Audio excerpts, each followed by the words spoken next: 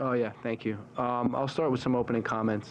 Obviously, to see the guys in the locker room after the game, we're collectively, it's not working.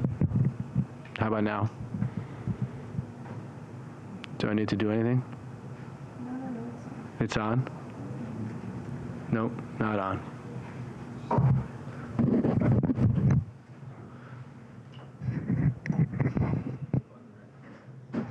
on. I tried it. It's on. Now? There we go.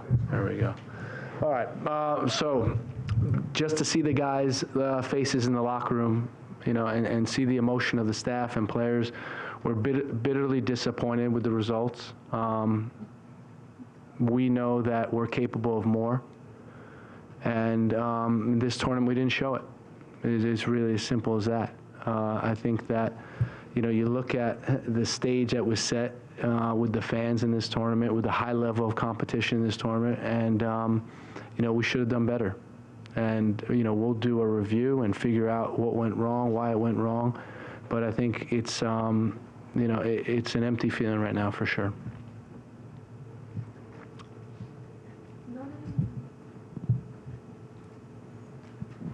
Michele Giannone from Innovation. Hi, Greg. Did the referee tell you something about the Uruguay goal, like on the broadcast? It looked like a clear offside, and the picture too. So, what explanation did you got? It's pretty crazy, really. I don't understand it. I feel like I know the rule pretty well.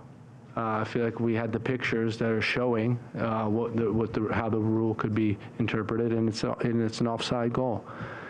It's disappointing, it really is, but that happens in football, and we have to live with it, obviously. Hi, Greg. Steve Goff, The Washington Post.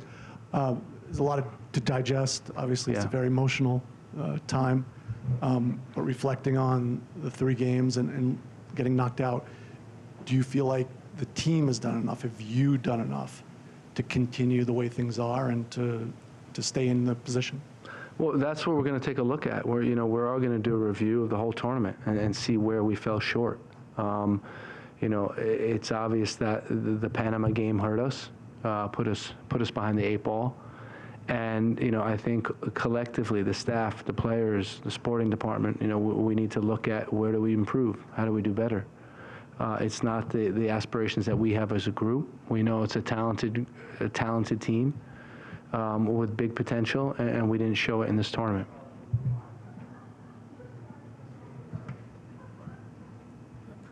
Greg, Jonathan Tannenwald of the Philadelphia Inquirer. Greg,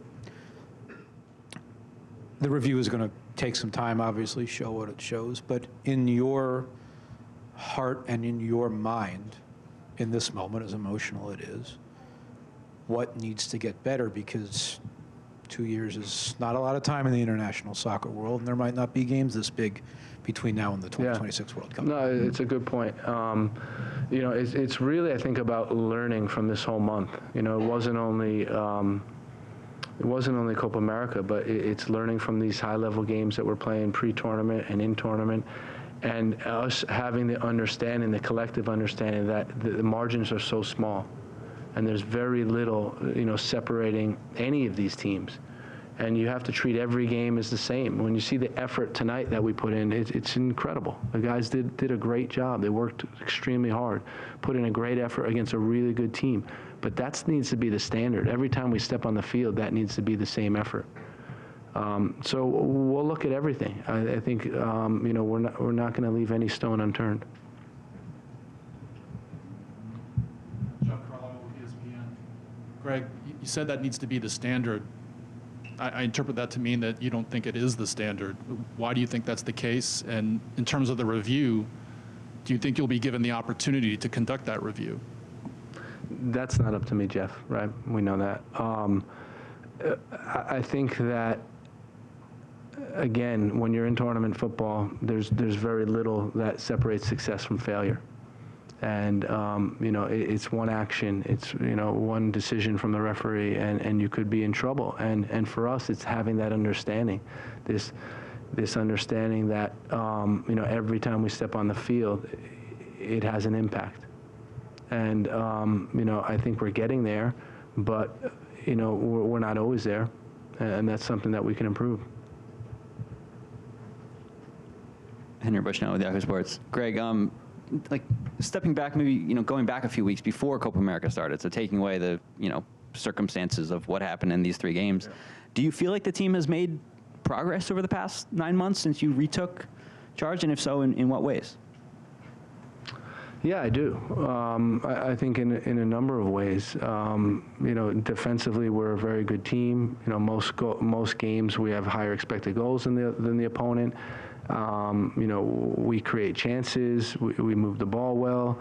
To me, the whole thing is, you want to keep moving the team forward, and I feel like we have. You think about the depth of the squad, the number of players we have that have played in games. So there's certainly improvement, and we need to keep going. To me, it's not, in my opinion, it's not something that you say, okay, this program's doomed. It's not the case at all. It was a poor performance. We didn't get the results that we expected, and we need to get better. Did you expect more progress in the final third, like attacking wise?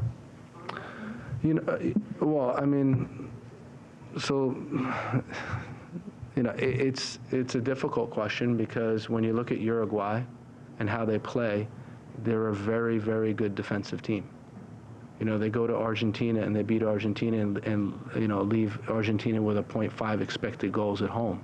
They don't give up many chances, and we knew that going into the game it wasn't going to be a ton of chances. We knew it was going to be 1 or 2 opportunities, hopefully a set piece or 2, and we can get on the board. When you look at the other games, we've created enough chances to score enough goals. Panama was an exception, I think, due to the circumstances of being down a man, and we still had a higher expected goal difference than them. And I don't want this to be an excuse at all. We did not perform up to expectations at all. We know we can do better. We believe in this team, and but that's how it was. Hey, Greg, Paul Tenorio from The Athletic. As you just said, you felt like this team didn't perform well and could perform better. The decision's not up to you as to whether you continue, but do you believe that you still are the right voice, the right person with this group to push it forward ahead of the 26th World Cup and into the 26th World Cup? Yes.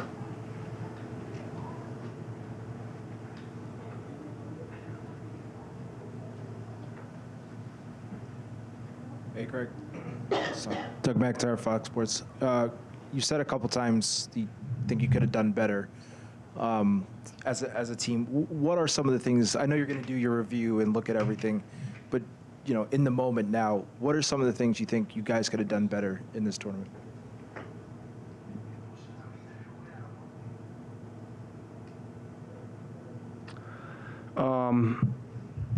Again, I think I need to step back and analyze it more, but obviously the loss against Panama really hurt, right? And, I think when you talk about being in position, 80th minute, in a good position to get a draw and get something out of the game, we didn't get it.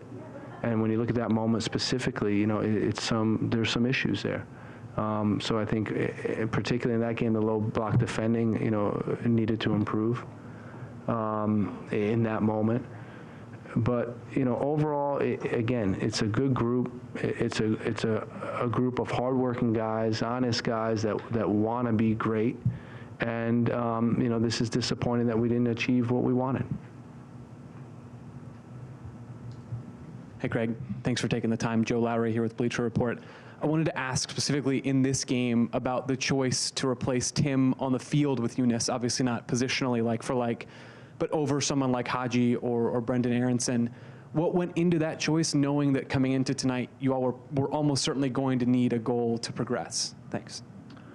Yeah, well, I think the like for like was Gio moving to winger, right, and having a mobile midfield. We knew that they're very aggressive, very man-orientated in midfield, and we felt if we had, a lot of mobility in midfield, it would unbalance them. And so that was the reason why we started Younes in midfield and Gio as a winger.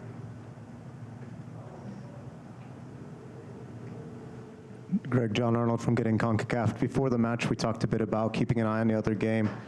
Before the free kick that eventually was ruled the goal, it looked like you were trying to communicate the score to the players. Is that what you were doing, and what was kind of the idea about keeping that communication open once you're actually in the heat of the moment there? Yeah, we updated them at halftime. We said Panama's winning, we're going to need a goal.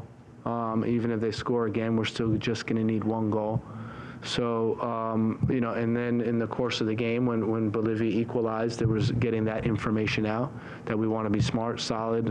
You know, Panama is tied in the game.